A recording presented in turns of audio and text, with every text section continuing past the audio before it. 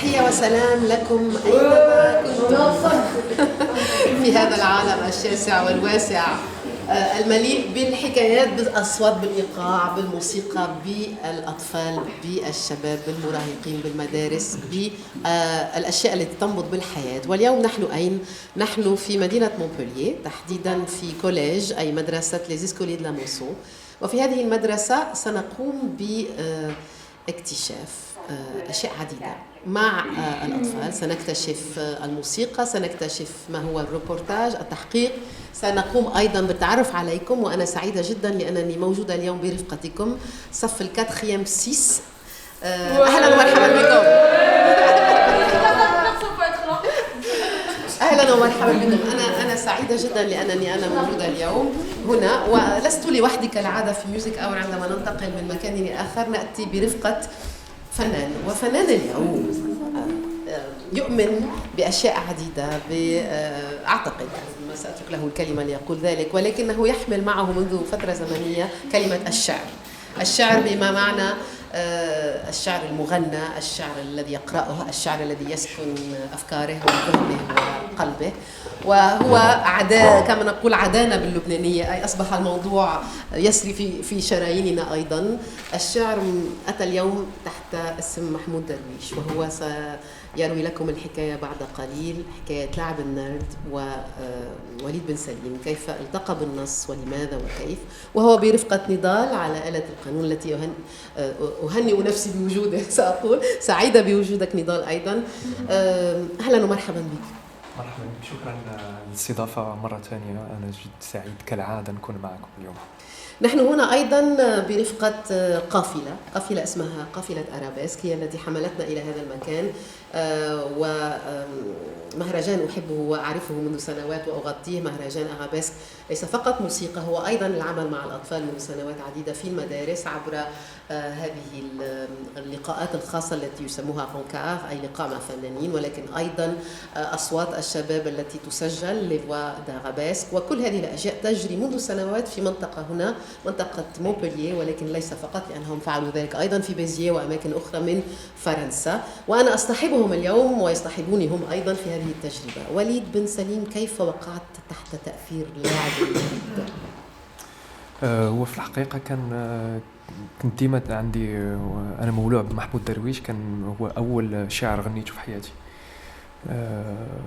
تحت تغطية الوالدة اللي كانت قالت لي نغني أحن إلى خبز أمي. وكنت أول شعر حفظته هو محمود درويش، وأول أغنية غنيتها لمرسي الخليفة. وتف نردستان كان هذا من أول من الأشياء اللي خلونا نسميوه البلد نردستان، هي جاية من لاعب النرد. وداك الشيء علاش لهذا تنحب محمود درويش. كانوا جاوا عندنا، كنت أرابيسك عيطوا لي، اتصلوا بي واحد في سنة من يمكن سنتين هذه، قالوا لي بغينا يحبوا يخدموا على محمود درويش، يعطيوه اوماج. واخترت انا لاعب النرد. وكان الحفل جد فهمتي، التقى مع الناس اللي عجبهم بزاف، وداك الشيء علاش قررنا نكمل المشوار. Est-ce que quelqu'un comprend l'arabe? Alors, vous savez. Attends, mais je vais pas les Dites نعم. Oui. ان شاء الله تسمعوا شكرا. إن شاء الله. الآن سنقوم بشيء أساسي، لاعب النرد.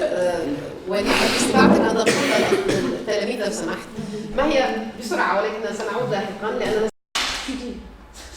إذا رقم 6 ورقم 4. الرقم 6 يحملنا إلى كنا من قليل اتفقنا أن الرقم الأكبر سيحملنا إلى الموسيقى، والرقم الأصغر إلى قراءة النص. فالآن سنقوم باستماع إذا شئتم بالطبع لوليد بن سليم وإلى نضال جوا في هذه اللحظة الموسيقية من عندكم. Vous voulez écouter de la musique? Oui. Allez. Oui.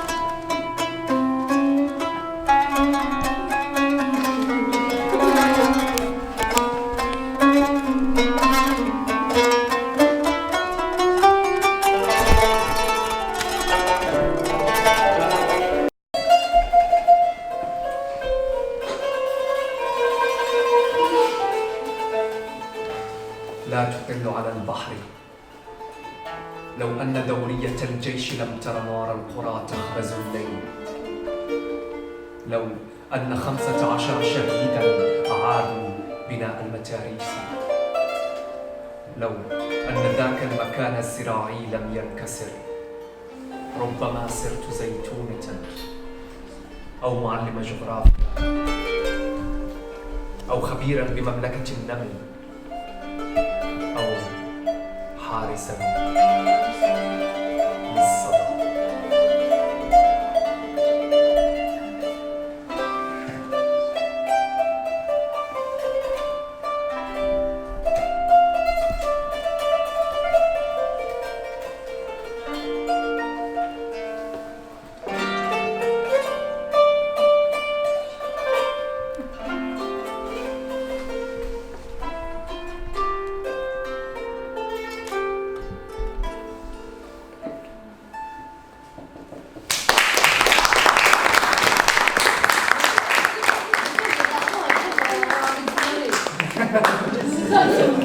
Vous êtes enfant, on dirait que vous avez envie de pleurer quand vous...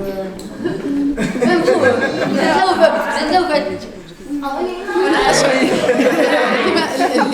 لماذا أحسست بأنهم يريدون أن يبكوا؟ Pourquoi tu as eu cette impression qu'ils voulaient pleurer? Parce qu'ils étaient dedans. في الداخل. C'était triste, voilà. كانوا يشعرون بالحزن. L'ambiance, elle était triste un peu. الجو كان حزين قليلا. هل كان الجو حزين بالنسبة لك؟ نعم لحظة شوي. قول اسمك. سليم. نعم سليم. رد الفعل. بغيت أنا يديروا واحدة أخرى. أغنية أخرى واحد بعد شوي. بعد قليل. لاعب سنروي لكم الآن الأشياء هكذا رويدا. On va partir maintenant de nouveau vers le hasard. Mais avant de relancer les dés, j'aimerais que Walid vous raconte un peu rapidement. Moi, je vais le faire. Tu peux juste, c'est le dernier livre qu'a écrit Mahmoud Darwish. آخر كتاب كتبه أحمد درويش. محمود درويش. هل تريد أن تروي لنا قليلا قبل أن نبدأ نرمي النرد من جديد؟ Eh ben, en français. بالفرنسية ولا بالأجنبي؟ En fait, le lanceur de dés est un des derniers. Enfin, c'est le dernier recueil de Mahmoud Darwish qui s'est tiré d'un grand recueil qui s'appelle La Uridu li hadi al-qasida an tantahi, qui veut dire je ne veux pas que ce poème se termine. Il a écrit ça juste quelques temps avant de nous quitter définitivement. Mais il reste avec nous par ses mots. Et voilà, pour moi c'est un des plus puissants parce que c'est comme un testament qu'il nous a laissé. إذا لاعب النرد آخر نصوص محمود درويش وهو كتبها بعد ما كتبها أيضا لا أريد لهذه القصيدة أن تنتهي. أعتبر هذا النص قوي جدا لأنه أشبه بوصية ما قبل الممات.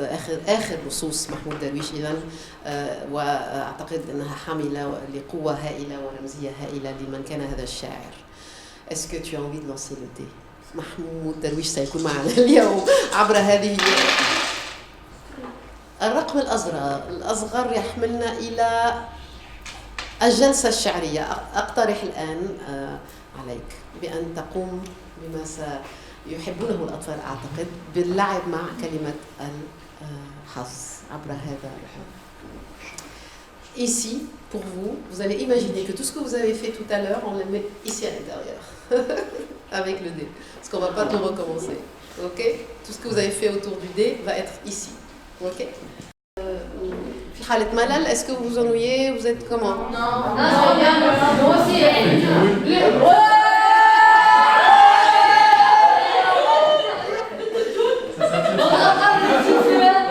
إذا شكرا لوجودكم معنا اليوم وليد بن سليم. وليد بن سليم أنت بالضبط. Walid Ben Salim, أنتم تعرفون من هو? Est-ce que vous savez qui il est? Vous avez normalement préparé une petite interview pour lui. Oui. أنتم قمتم بتحضير مقابلة لوليد بن سليم. من يريد أن يطرح السؤال الأول? Qui a envie de poser la première question? لحظة. لم نلعب النرد. هيا بنا. Pose la question premier. نعم. من يطرح السؤال؟ Celui qui a le plus grand chiffre. Celui qui a le plus grand chiffre الذي يملك الرقم الأكبر هو الذي سيطرح السؤال.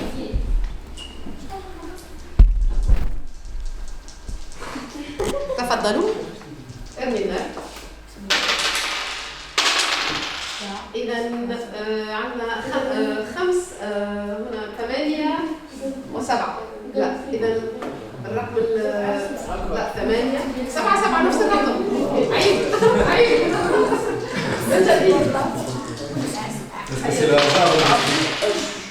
خمسة وإذا الرقم ماذا قلنا الرقم الأكبر. إذا الرقم الأكبر. أنت تطرح السؤال. Je veux poser la question. قول اسمك لو سمحت وطرح السؤال. Pourquoi faire ce métier? إذا اسمك لو سمحت ton nom. Anas. أنس يطرح عليك السؤال التالي: لماذا تقوم بهذه المهنة؟ Eh ben, je sais pas si je l'ai fait par hasard ou par destinée. Donc, Ou c'est par- القدر أو الحظ ou par pure action. Donc, أو عمل. mais pourquoi je fais ça? Parce que je suis tombé dedans quand j'étais vraiment très très jeune et quand j'ai vu la première fois la réaction des gens qui ont réagi quand j'ai chanté, ben, je me suis dit mais c'est excellent, faut que je fasse ça toute ma vie. Et j'ai continué à faire de la musique. J'ai jamais arrêté, même si j'ai fait mes études. Je continue mes études universitaires. Quand j'ai fini, je me suis consacré entièrement à la musique. إذا أنا قمت بهذه المهنة لأنني وقعت في هذه المهنة كما نقول. لا أدري إن كان هذا حظ أم قدر أم أكسيون عمل، ولكن على كل حال عندما رأيت ردة فعل الناس أردت أن أتابع هذا الشيء وأن أتابعه من ذلك الحين وأنا أقدم الموسيقى، حتى لو أنني درست وفعلت أشياء أخرى ولكنني تابعت دائما في عالم الموسيقى. سنقوم من جديد برمي النرد ما بينكما. اثنين. هيا بنا. بس عزيز عفوا يسير وآدم. يلا. إذا 8 6. إذا الرقم الأكبر الذي يطرح السؤال. لماذا تحب هذه الحرفة؟ سبق وطرحت هذا السؤال. Non, pourquoi tu aimes? لماذا تؤمن؟ نعم. Pourquoi tu as choisi? لماذا تحب هذه الحرفة؟ صح، عفوا autant pour moi.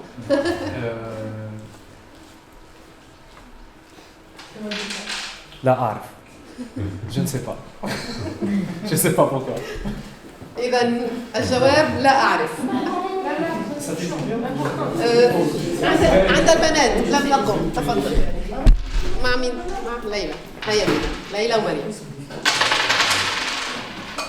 يا إلهي يجب أن نعيد الكرة من جديد. وقع على الأرض. لا صح.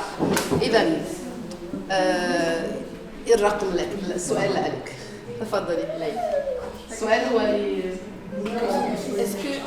Est-ce que vous avez toujours aimé la musique depuis le début? هل تحب الموسيقى منذ البداية؟ Oui, j'ai toujours aimé la musique, sauf quand j'en ai fait au conservatoire.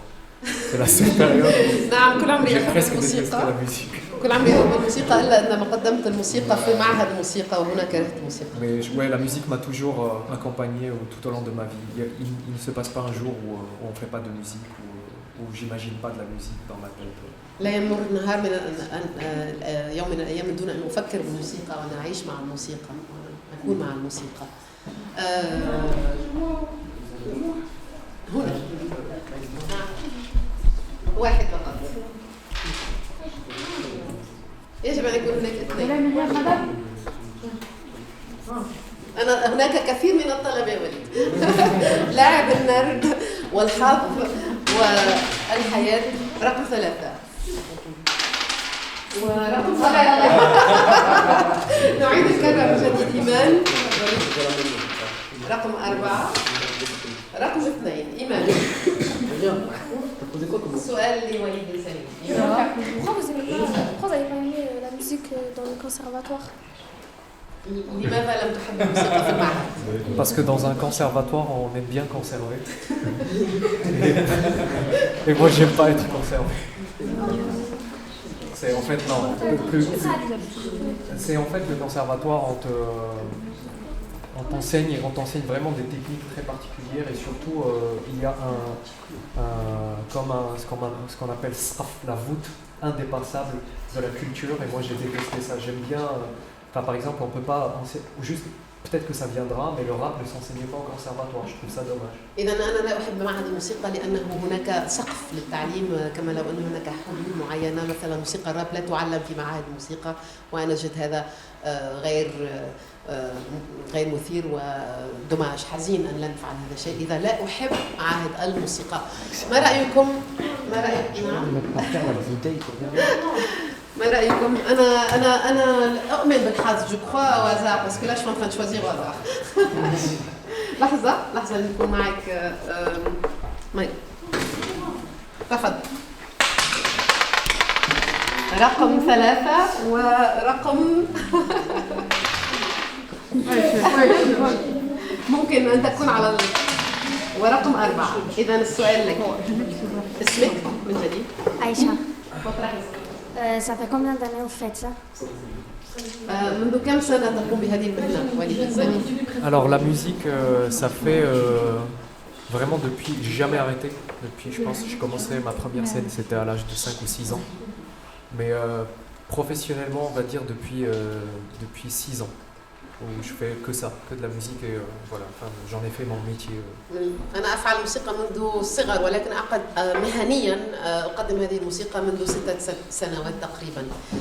سنقوم ماذا نفعل وليد؟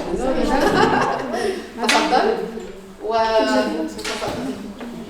لا هو أنت عملت أعتقد بالقليل. أنت. تفضل. لازم هناك دور للجميع. هيا بنا.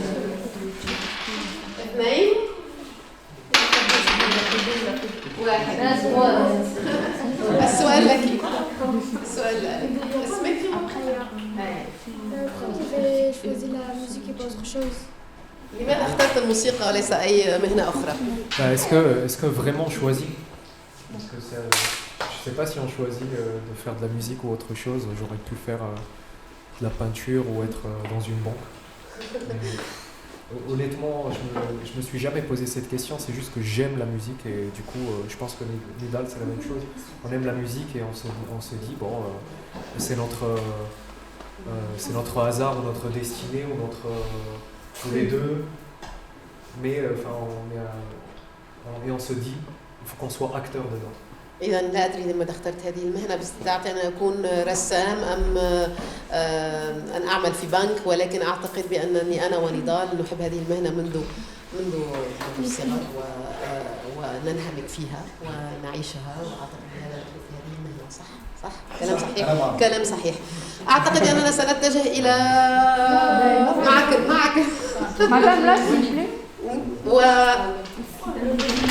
تفضلي. هيا مريم. هيا. هناك صعوبة في وضع النرد على الأرض، دائما هناك نرد على الأرض. 4 لمريم. 4. 2 مريم. سؤال. Comment vous avez pris la mort de Mohamed Darwish? Comment il a appris la mort? Il a reçu. كيف تلقيت خبر موت محمود درويش؟ C'était sur les. Donc moi je l'ai su par les réseaux sociaux, donc sur internet. Mais et c'était vraiment. J'étais très triste parce que c'est vraiment un des poètes que j'adore le plus. Enfin, je l'appelle le poète des philosophes et le philosophe des poètes. Comme vous l'avez vu, il a des phrases qui nous retournent le cerveau et c'est vraiment pas encore les plus difficiles. Il en a d'autres enfin, quand tu le lis entièrement, t'as envie qu'il reste en vie et qu'il continue d'écrire. Voilà. علمت بموته على الشبكات الاجتماعية ولكن على كل حال أنا أعتبره فيلسوف الشعراء وشاعر الفلاسفة وربما رأيتم واستمعتم عندما بالمطلق هو لديه نصوص تغتون السيرفو أي تجعلك تفكر فعلا بشكل مختلف وأنا حزين جدا لأنه ليس معنا ولكنه ما زال موجود ما بيننا ومعنا. سؤال أخير دائما في ميوزك أور من مدينة مونبولييه عبر هذه الحكاية التي يسيطر عليها الحظ مع وليد بن سليم ونضال جواوة لاعب النرد. وليد بن سليم الذي ربما يستمع ويكتشف بعد قليل مواهب وقدرات الصحفية للصف تحديدا 4S لأنهم قاموا بصناعة تحقيق صغير سنستمع إليه. ولكن قبل أن نستمع إلى هذا التحقيق سنقوم بسؤال أخير. Une dernière question. Alors moi je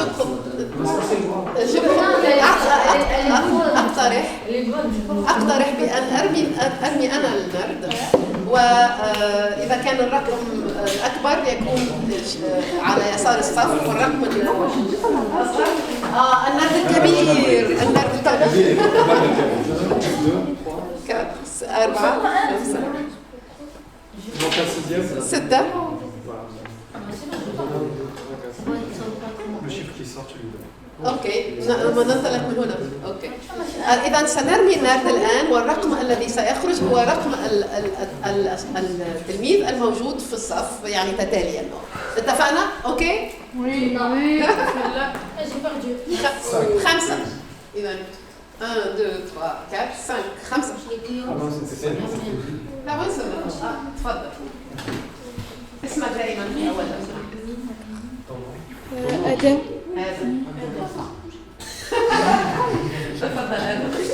Alors, quel était votre parcours et quelles étaient vos difficultés dans votre parcours كيف كان مشوارك والصعوبات التي التقيت بها عبر المشوار؟ Dans la musique ou dans la musique en général? في الموسيقى. Alors le parcours, comme j'ai dit, j'ai commencé par chanter de la musique entre guillemets classique, ce que nos parents écoutent, donc Kulthum, Abdul Wahab, voilà. Et après j'ai fait du rap à l'adolescence. Comment Et du vrai rap, non je suis là. Un petit freestyle là. Je te le ferai après si tu veux. بدأت مروان يريد الفريستايل ولكن بدأت مع أم كلثوم ثم انتقلت إلى نوع موسيقي أحبه إلى عالم الراب. إلى عالم الراب ومن بعد après je suis passé au rock. ثم إلى Et rock metal et après وإذا من ثم انتقلت إلى عالم الروك ميتال ومن ثم إلى الموسيقى التي أقدمها اليوم. Les difficultés c'était un peu toutes les difficultés qu'on peut avoir dans n'importe quel métier, que ce soit la musique, tout. الصعوبة بأي مهنة نلتقي بها صعوبات مثل كل أنواع المهن التي نلتقي بها. Mais j'aime bien une phrase de Mahmoud Darwish qui dit l'inspiration c'est la providence du talentueux si et seulement si il s'acharne.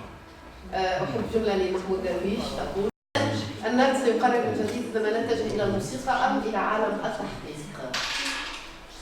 سنتجه إلى التحقيق. نستمع الآن إلى ما قمتم به صناعته. On va écouter ce que vous avez fait sur la guerre. Ouais.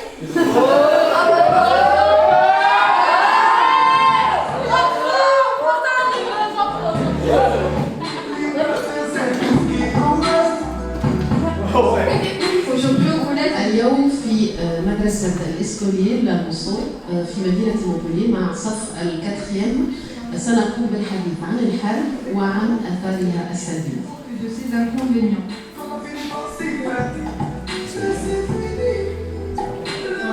Vous écoutez toujours Monte Carlo d'Oualia. Nous sommes actuellement au collège des Escoliers de la Moussan avec la classe de 4e 6. Adam, avez-vous des solutions pour arrêter la guerre? Moi j'ai des solutions, c'est que pour arrêter la guerre, on peut éviter des conflits en partageant avec d'autres pays, en essayant de négocier avec d'autres pays la paix. Et vous, Yassir? La parole et laisser les droits de l'homme aux esclaves. Exactement. Ça sert à rien de se battre pour rien. On peut se résoudre avec une autre manière. Pourquoi se battre? Ça peut tuer des familles, des peuples. Ça sert à rien. Là maintenant, je sais pas d'idée, mais Je dirais qu'il faut communiquer avec le peuple pour trouver une solution moins gore. Moi j'ai une solution assez drôle, c'est pourquoi les présidents, ils ne se parlent pas entre eux.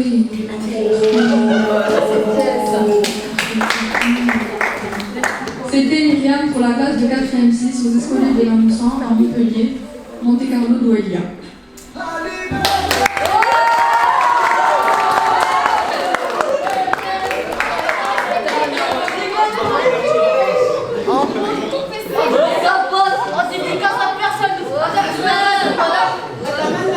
بعد الصمت أصدقائي un peu de silence mes amis لأننا استمعنا إلى التحقيق الجميل الذي قمتم بصناعته. تعليق لوليد بن سليم. تعليق لوليد بن سليم أولا مروان. هذه من احسن الافكار اللي سمعت في حياتي، هو ان الرؤساء يجمعوا بيناتهم الا بغاو يديروا الحرب ويضربوا بيناتهم. نقول بأن علينا نأخذ الحقيقة الأطفال والمجانين. أعتقد أن هناك واقع. يلا الرجال يلا. نحن سويا لاكتشاف عدة حكايات. هناك تعليق من جديد. نعم تفضل. C'est juste pour passer une dédicace à personne parce qu'il fallait être là. إذا هناك تحيات لكم. مروان نعم. C'était juste pour dire le peuple de la radio, on est ensemble il me semble. إذا نحن سويا مع أهل الراديو، هكذا تعبير. ما رأيكم؟ عندي مروان والصف 4e 6 de le collège des Escoliers de la Mousson. نصل رويدا إلى تقريبا نهاية الحلقة، ولكن دائما بما أنه هو الحظ المسيطر على الموضوع وبأننا تحت عنوان وتحت سقف لاعب النرد، هذا الكتاب الأخير للشاعر محمود درويش والذي تقوم وليد باصطحابه أو بالأحرى يصطحبك يسكنك لا أدري منذ الآن عدة أشهر، وقمت بتقديم مؤخرا في مدينة مونبلييه في 18 حفل في أوبرا، وستتابع حفلاتك عبر هذا النص. أنت مولع بالشعر عامة، ولكن هذا النص تحديدا يصطحبك أكثر من غيره، وربما يتحول معك أيضا قليلا أو تتحول معه. لا أتحول معه لأن أنا كما إذا انقطع الوحي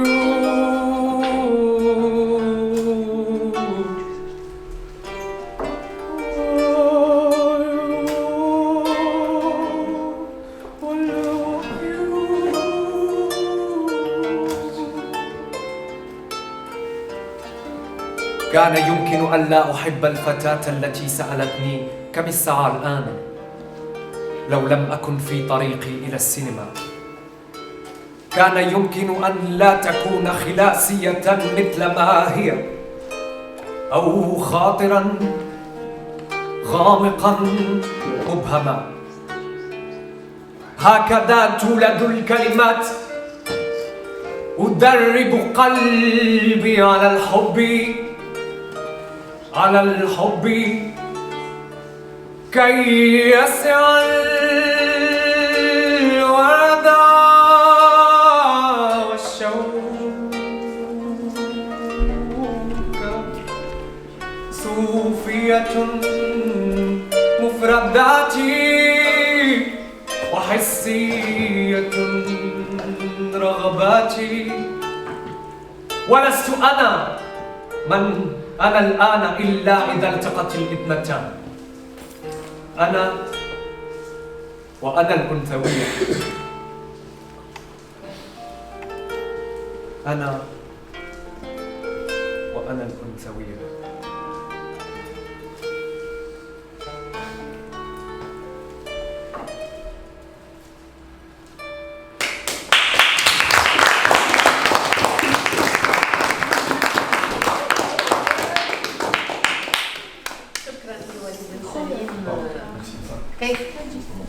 شكرا لوليد بن سليم. ردات فعل ربما تريد أن تقول شيء كنت بالنسبة لي ما استمعت إليه. Bien écouter la musique, chanter, mais quand je vais être grande, je n'ai pas envie de faire un chanteur. أحب الموسيقى ولكن عندما أكبر لا أريد أن أكون موسيقي. لماذا؟ C'est pas pas que j'aime pas la musique, mais je préfère le football que la musique. تفضل الفوتبول على الموسيقى ولا؟ C'est notre passion, le football. C'est la vie. الفوتبول هي الحياة. نعم. C'est la vie. تحية المغرب. إن شاء الله إن شاء الله. نصل رويدا لنهاية الحلقة اليوم. أود أن أشكركم جميعا على المشاركة وأشكر لا كارافان d'Arabesque أيضا ومهرجان أرابيسك على حضورهم ومنظمة يونيسون وكل من شارك في إتمام هذه الحلقة. بالطبع باستطاعتكم إعادة الاستماع إليها هذا المساء تمام 10. أشكر وليد بن سليم لأنه شاركنا بالحظ بالقدر بالكلمات بالشعر. شكرا لك على الاستضافة مرة أخرى وهذا ديما شرف. وشكرا لدار جوا لأنه شكرا لك ميسة. شكرا للناس الكل. Est-ce que vous avez envie d'un dernier morceau de rap? Oui, bien. Allez. Allez, وليد بن سليم سينهي الحلقة بإسلام سريع من دون موسيقى حتى. Ok. Est-ce que je peux vous demander tous juste de faire ça? Attends. 3, 4. Non, doucement. Juste un doigt. إذا ستقوم معي بهذا الصوت.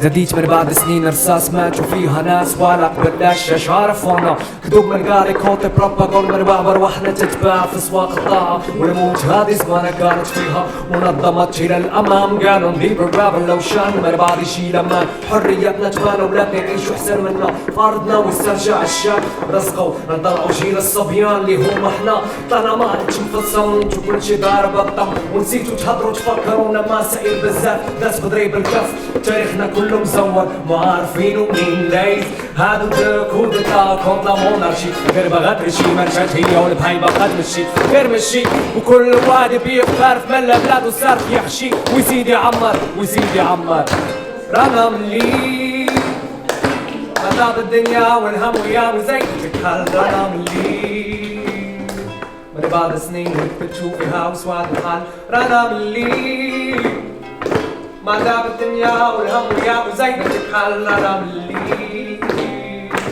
من بعد سنين نكتب تشوفي هاوس وعد الحال يو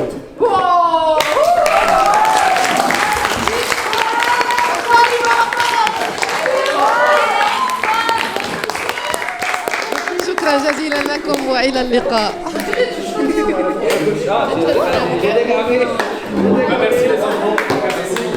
Merci à vous. On va faire une photo tous ensemble. Allez. L'équipe de coca.